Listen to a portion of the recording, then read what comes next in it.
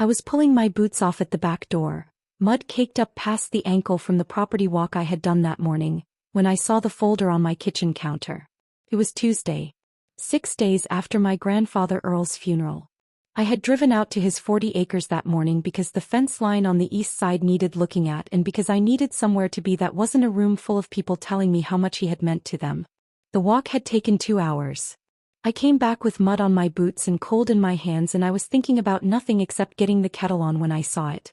The folder was manila. It sat in the center of my counter, which was otherwise clear, the way I always left it. My parents had a key.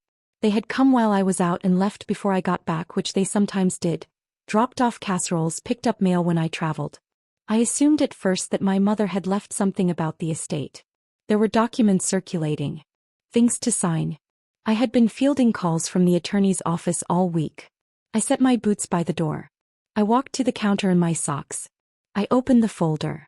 It was not about the estate. Not the way I had assumed. It was wire transfer records. My parents' joint account on the left column. A receiving account on the right. My sister Bryn's name in the beneficiary field. 12 transfers over 14 months, starting 11 days after Earl had his first stroke. The total at the bottom of the last page was $384,192. I read the number twice. I set the folder down on the counter. I stood very still. 6 days ago my mother had stood at Earl's graveside and told me and everyone present that there was nothing left. That the medical costs had been significant. That the estate was largely depleted. That she and my father had done their best to manage things carefully, and she hoped the family would understand. I had understood. I had stood at the graveside in the November cold, and I had understood completely. I picked up the folder again. I read every page. Earl Pruitt had farmed 40 acres outside Corsicana for 41 years. He had not inherited the land. He had not married into it. He had bought it in 1979, 32 years old. With $14,000 he had saved working equipment repair at a co-op outside Waxahachie and an operating loan he had paid off in 7 years. The land was dryland cotton for the first decade and then pecans, because he had watched the water table and decided pecans were more patient. That was how he thought about things, in terms of what would last. He planted the first orchard in 1991. The trees took 5 years to produce. He waited. Earl had 2 children, my mother, Diane, and her brother Gary, who had moved to Phoenix in the 90s and called twice a year. The farm and the house on the 40 acres went to my mother in Earl's original will, with the understanding that she would manage it responsibly and eventually pass it to the next generation in some form that kept the land intact. That was not in writing beyond the will itself. The managing responsibly part.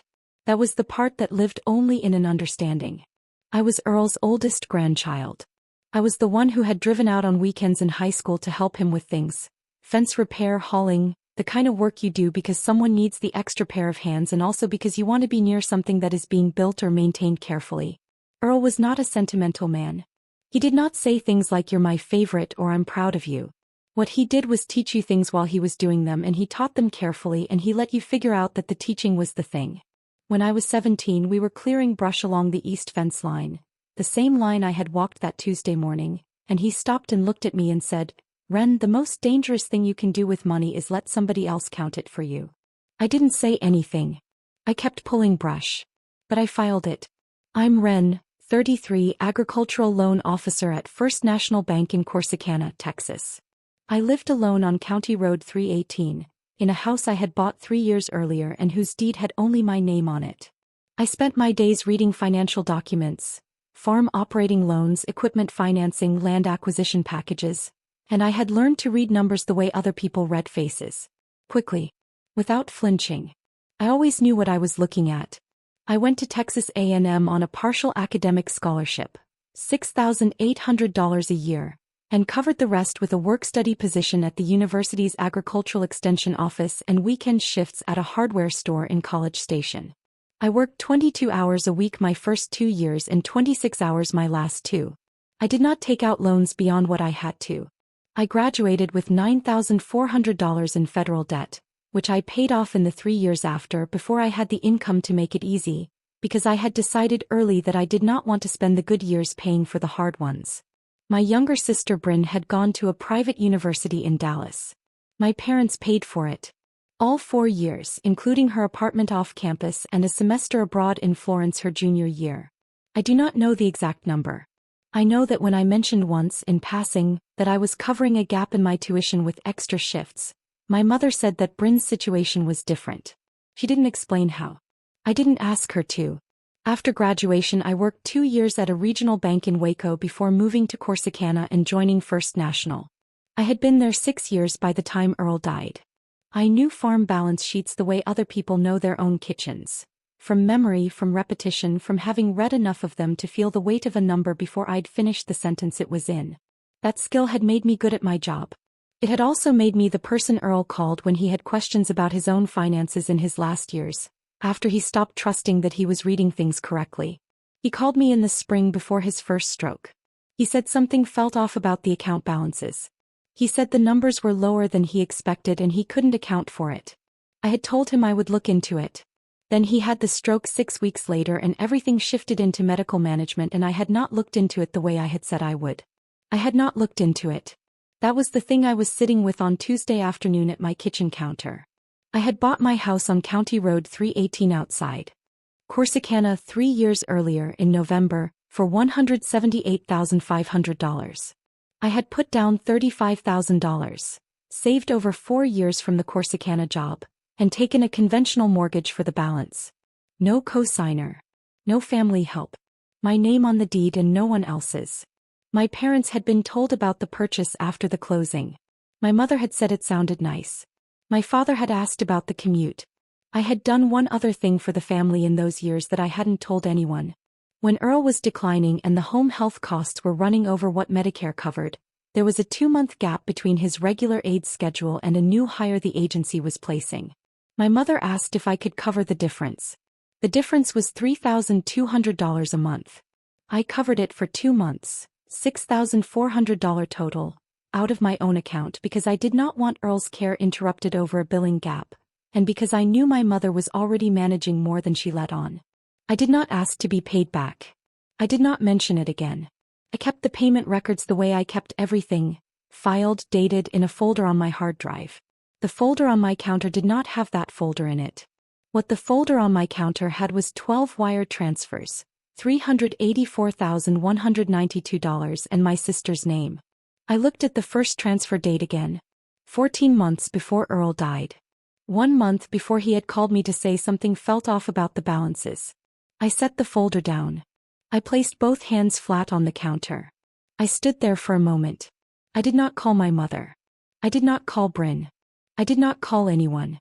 I went to my filing cabinet, the one in the second bedroom that I used as a home office, and I pulled out the folder where I had kept Earl's financial documents from the conversations we'd had over the past 3 years. His account statements. The numbers he had given me over the phone. I laid them out next to the wire transfer records on my kitchen table and I started reading. The bank statement stack from Earl's records was the first thing I had. I had printed them out during one of our phone calls when he was trying to understand his own accounts, and I had kept them the way I keep everything, because you never know when a number will matter again. I pulled them from the folder and set them on the table beside the wire transfer sheet. It took me 40 minutes to cross-reference everything. When I was done I turned the kitchen light off and sat in the dark for a little while. Then I turned it back on and made coffee and I wrote down every number I could see in order on a legal pad and I added them up 3 times to make sure I was right. I was right. That was the history. This is what happened the morning after I found the folder. I called my mother at 7:30 Wednesday morning. She answered on the second ring, which meant she was awake and had been for a while, which she always was when something was weighing on her. I said good morning. She said good morning. He asked how I was holding up. I said I was fine. Then I said, Mom, I found the folder. There was a silence on the line. Not the silence of someone who didn't know what I was talking about. The silence of someone who had been waiting for this sentence and had not decided yet what to say when it arrived. She said, that was meant for your father. I must have left it at your place by mistake. Kept my voice even. I said, 12 transfers. 14 months. $384,192 to Bryn's account. She said, Wren, there are things about your grandfather's situation that are complicated. Your father and I made some decisions that we felt were necessary and we plan to talk to you about them when things settled down a little. I didn't argue. I let that sit. I waited until I was sure she was done. Then I said, "You told me at the funeral that there was nothing left." She said, "There wasn't. Not after everything." I said, "After 12 transfers over 14 months. She did not say anything to that. I heard her breathing. I said, "I'll be in touch." I set the phone down on the table. I looked at the legal pad and the wire transfer records and the bank statement stacks spread across my kitchen table. Outside the window, the county road was gray and empty, and the pecan trees in the neighbor's lot had lost most of their leaves and stood very still in the cold morning. I waited until the silence in the room had settled into something I could work with. Then I called Daniel Okafor. Daniel practiced estate and property law out of an office on Beaton Street in Corsicana, on the second floor of a building that had been a dry goods store in the 40s and still had the original tin ceiling. I had referred clients to him before. Farmers who needed estate planning, older landowners who wanted to understand what would happen to their operations after they were gone. He was methodical and unhurried, and he had never once told me something I didn't need to hear. He had a cancellation that afternoon. I drove down at 2 o'clock with the folder, the legal pad, and the bank statement stack in a canvas bag on the passenger seat. His office smelled like old wood and printer toner and the specific kind of quiet that rooms have when they've been used for serious conversations for a long time. His assistant brought coffee. I declined. I laid everything on his desk in the order I had organized it. Wire transfer records first, Earl's bank statements second, my cross-reference notes third.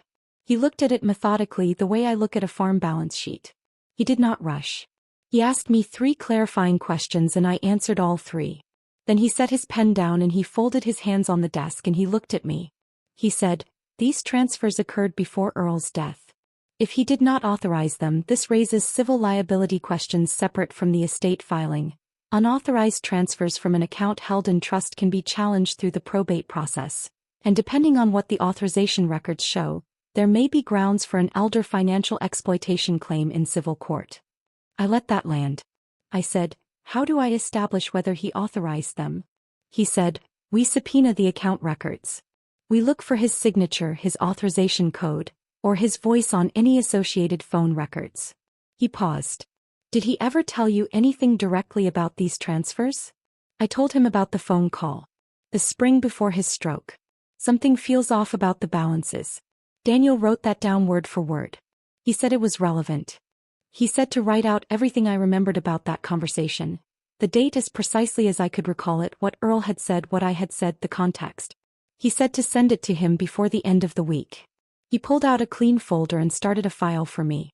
He wrote my name on the tab. He said, "Your mother may have had authority over some of these funds depending on what Earl's account structure looked like, or she may not have. We need to establish that before anything else. But either way, the estate cannot be declared depleted if $384,192 left the estate account in the 14 months before his death without being accounted for in the estate documents." He said the estate attorney handling Earl's probate needed to know about this. He said he could contact them directly with my permission. I said yes. I left his office at 3:45. I sat in my car on Beaton Street for a few minutes. The street was quiet. A man walked past with a dog on a leash and nodded at me through the windshield and I nodded back. I drove home. I made dinner. I wrote out the phone call with Earl in as much detail as I could remember and I emailed it to Daniel at 9 o'clock that evening. Over the next 8 days I did 4 things. I drove out to Earl's 40 acres on Thursday morning and walked the property again, this time with my phone, taking photographs of the fence lines and the outbuildings and the pecan orchard from 8 different angles. I didn't know yet if it would matter. I documented it anyway. I pulled every financial record I had from the 3 years of phone conversations with Earl, the printed statements, my handwritten notes, the emails I had sent him summarizing what we talked about, and I organized them chronologically and scanned them into a single PDF, which I sent to Daniel and saved in 3 separate locations. I called the estate attorney's office on Friday. They had already heard from Daniel. The paralegal I spoke with was careful and neutral and told me the matter was under review. I said thank you and I let her go. On Sunday evening I sat at my kitchen table with the canvas bag and the folder inside it and I went through every document one more time. I read each transfer record. I read each bank statement line. I read my own handwritten notes from the conversation with Earl. When I was done, I squared the papers and put them back in the folder and put the folder in the canvas bag and set the bag by the door. If you've ever been the one who did her homework while everyone else got to be the one who received, you know what those 8 days felt like. You know how quiet the work is. You know how much it costs to stay steady while you're doing it. I stayed steady. If you've ever stood at a graveside and been told there was nothing left and then gone home and opened a folder and found out exactly what nothing looked like, I know that moment. I know the specific stillness of it. I held that stillness the whole 8 days. And then Vera called. If you've ever spent a week doing the quiet work, the filing, the scanning, the reading line by line, and you weren't sure at the end of it whether any of it would matter, whether you were the kind of person who actually gets to see it through, keep reading. Earl's sister Vera was 81 years old and she had been alive for every important thing that had happened in the Pruitt family for 6 decades. She called me on a Monday evening, 10 days after I had found the folder. I had just come in from work and was setting my bag down by the door when the phone rang and I saw her name and I answered it. She said, "I heard you found something." I said I had. I asked how she knew. She said, "Gary called me. Gary heard from Diane." She paused. "I want you to know something, Wren. Before you go into that room." I had not told Vera about any meeting. I had not confirmed that anything formal was being planned. But Vera had been alive long enough to understand the shape of these situations, and she had understood before I did that there would be a room. She said Earl had told her something in the last year of his life, in the months after the first stroke, when he had started putting certain things into words because he was afraid of running out of time to say them. He had told her that of all his grandchildren, I was the one who had understood without being told that the land was worth more than the money it could produce. He had said that I was the only one who had ever asked him how the trees worked. Not what they were worth. How they worked. Vera said. He told me, Wren would have been the right steward. She would have counted every number and still known the tree was the point. I stood at the door with the phone against my ear. I didn't say anything for a moment. I said, "Thank you for telling me that." She said, "Don't let them make you small." She said it simply the way Earl said things. Not for emphasis, just because it was true and it needed to be said. I said, "I won't." She said good night. I set the phone down on the counter. I turned off the kitchen light and stood in the dark for a minute and I let Earl's words, "The tree was the point," settle somewhere in me that I could reach when I needed it. Tomorrow was Tuesday. Daniel had called that afternoon to confirm the meeting had been set for 10 o'clock at my parents' house, with the estate attorney present. I was ready. That evening I checked the canvas bag one final time. The folder was there. The bank statement stack was there, clipped and ordered chronologically, earliest on top. My handwritten cross-reference notes were there. Daniel's summary letter, 2 pages dated outlining the transfers and their relationship to the estate filings, was there. I had printed 3 copies and he had signed each one. I zipped the bag and set it by the door. I thought about what Daniel had said, that the estate cannot be declared depleted without accounting for these transfers. I thought about the way he had said it. Not with urgency. Just as a fact, the way facts present themselves when the paperwork is complete and the numbers are organized and there is nothing left to argue about. That was the kind of sentence that didn't need a raised voice. It just needed to be said clearly in a room with the right people in it. And tomorrow I would say it. I went to bed at 10. I did not lie awake. I had done the work. The work was done. Tuesday morning I was at my kitchen table at 6:15 with coffee and the legal pad, reading through my cross-reference notes one final time. Not because I had forgotten anything. Because I am a loan officer and I do not walk into a room with numbers in it without having read the numbers that morning. That is not discipline for its own sake. That is the discipline that makes the difference between someone who knows what a document says and someone who is certain of it, and certainty is a different thing. A thing that lives in your posture and your voice and the way you set something on a table. I read every transfer date. I read every amount. I read Daniel's summary letter the way I read loan committee packages. For clarity, for gaps, for anything that could be challenged and wasn't yet answered. There were no gaps. Daniel was thorough. I finished the coffee. I washed the cup and set it in the rack. I looked at the canvas bag by the door. I thought about Earl's 40 acres. About the pecan orchard he had planted in 1991 and waited 5 years to see produce. About the fence line on the east side that needed looking at still, and that I had walked twice in the past 2 weeks and that nobody was going to look at for a while now because the estate was in process and the 40 acres was part of what the estate had to account for. I had not told anyone I intended to stay connected to that land. I didn't need to say it yet. I just needed to get through today. I picked up the canvas bag and I went. The drive had one more thing in it I want to mention. About 3 miles before my parents' house I passed the elementary school Earl's children had attended. The building was different now, brick where it had been clapboard, but the location was the same, and I thought about Earl as a young man in that town, working the co-op job, saving $14,000 over however many years it had taken him, thinking about what would last. He had thought in decades. He had planted trees he would not eat from for 5 years.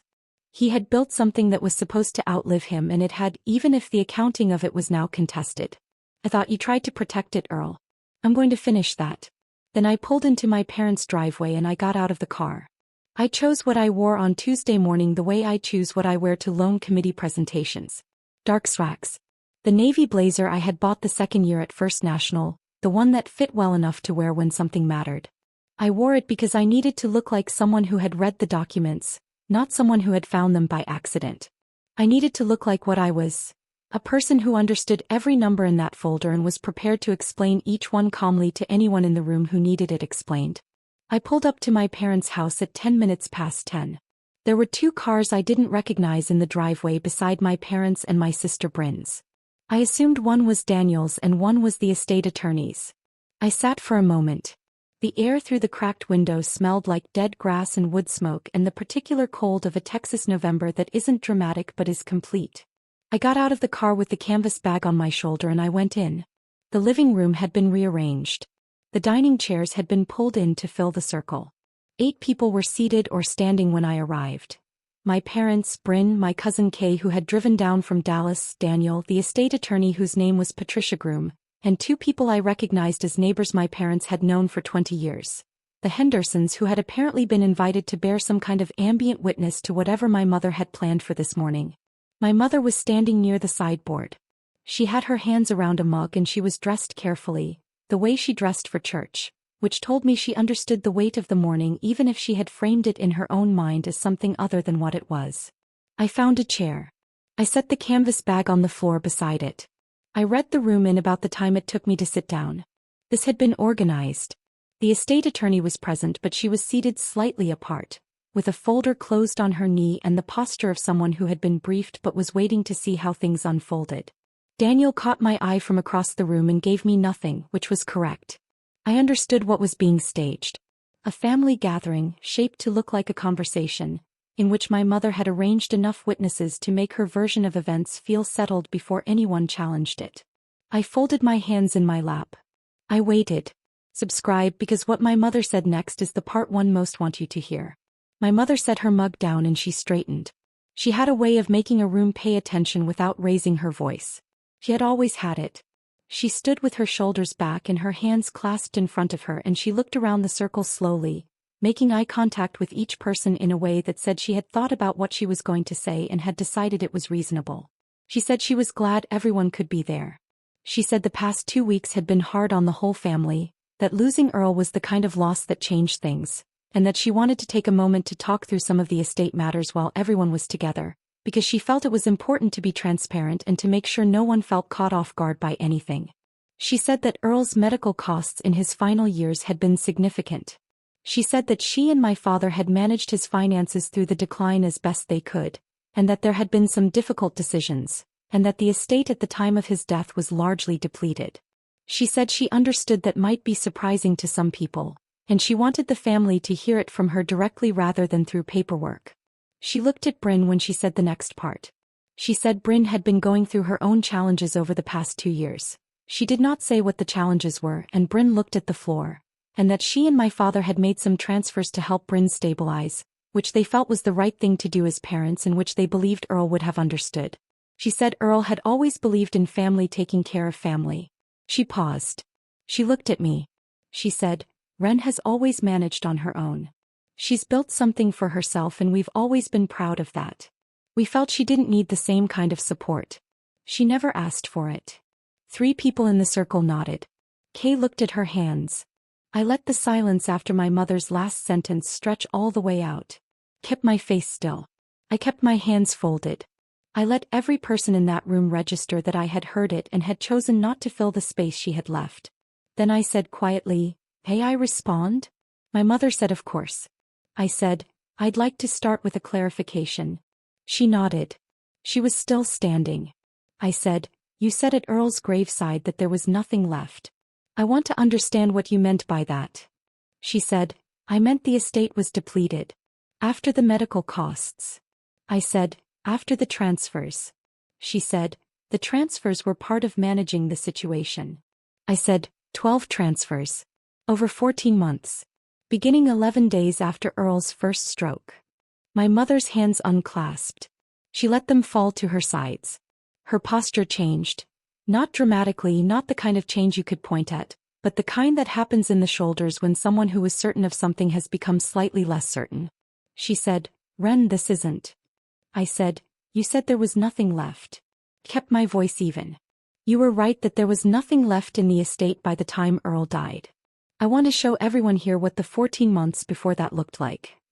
I reached down to the canvas bag on the floor beside my chair. I unzipped the outer pocket slowly without rushing. I reached in and my hand found the folder. I took it out and held it for a moment. I unfolded the flap carefully, drawing out the first document. The wire transfer records printed, the column headers visible from across the room, and I laid it flat on the coffee table in the center of the circle. Then I drew out the bank statement stack, clipped and chronological, and laid that flat beside it. Then Daniel's summary letter, 2 pages signed, and I laid that flat on top. I said, 12 transfers. $384,192. 14 months. Earl's account to Bryn's. I looked at my mother. I said, "Earl called me the spring before his stroke. He said something felt off about his balances. He asked me to look into it." I paused. I didn't. I have thought about that every day since I found your folder on my counter. The room was quiet. Patricia Groom, the estate attorney, leaned forward and looked at the documents on the table. She did not reach for them yet. He just looked. My mother said, "Those transfers were authorized." I said, "Daniel." Daniel said from his chair, "We've subpoenaed the account authorization records. Earl's signature does not appear on any of the 12 transfer requests. The authorizations were submitted digitally through the online account access your mother was granted as a co-manager during Earl's illness. Earl did not use online banking." My mother's face went the color of old chalk. Not all at once. In stages, the way color leaves something slowly when the heat is turned off. My father, who had not said a word since I walked in, put his hand on the arm of his chair. His knuckles went white against the fabric. Bryn said, "I didn't. Mom said it was her money to distribute." "I didn't know it was." She stopped. She looked at my mother. My mother looked at the documents on the table. She looked at them for a long time. He did not look at me.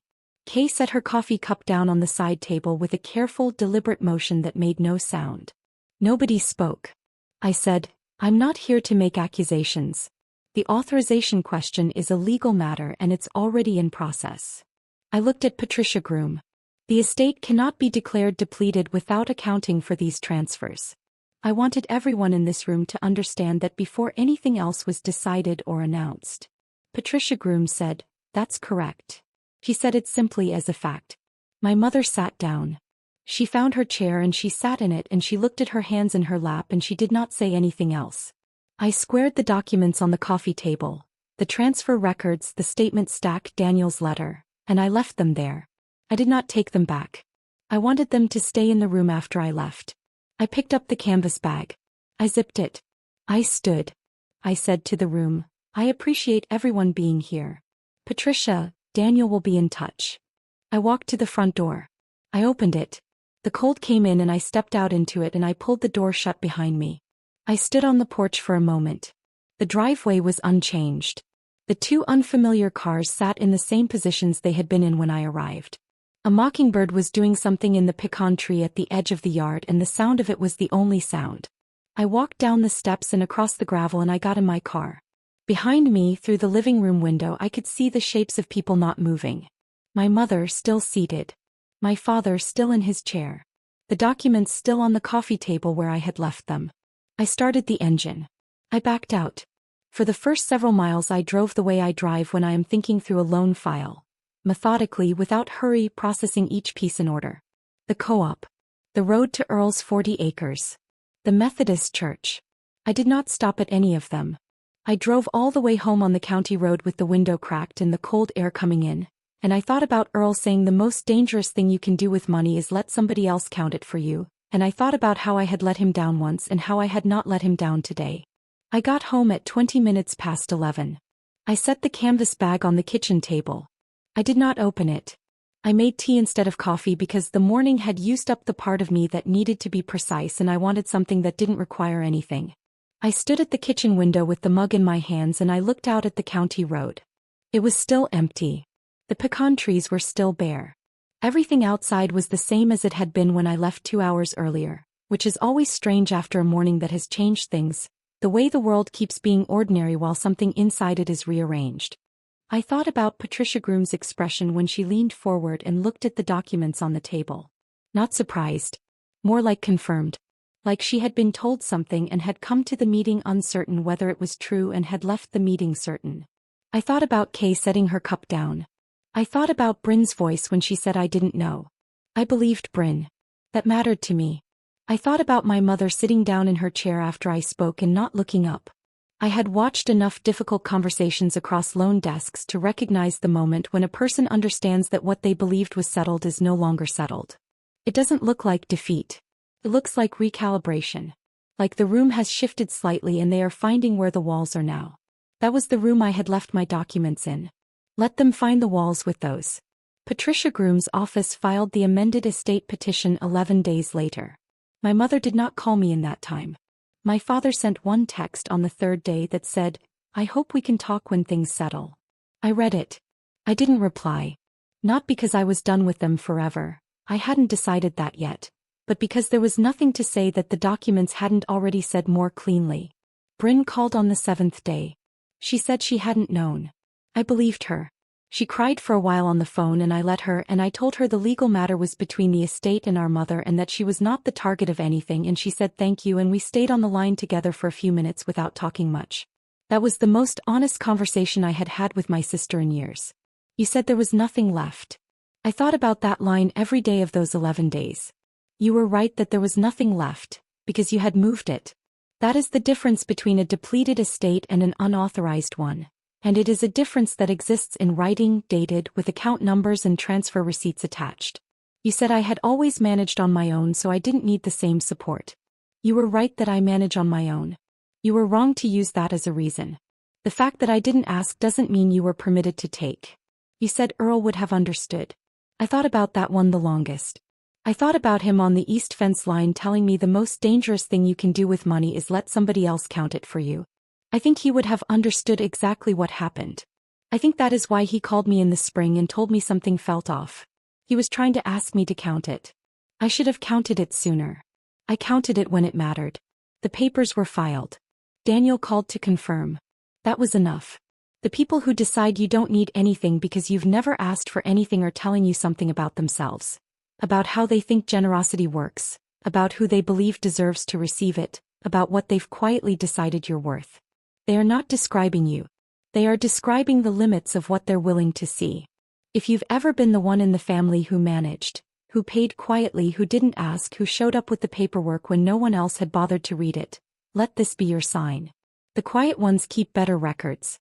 And the records always outlast the assumptions. If this story reached you, share it with someone who needs it.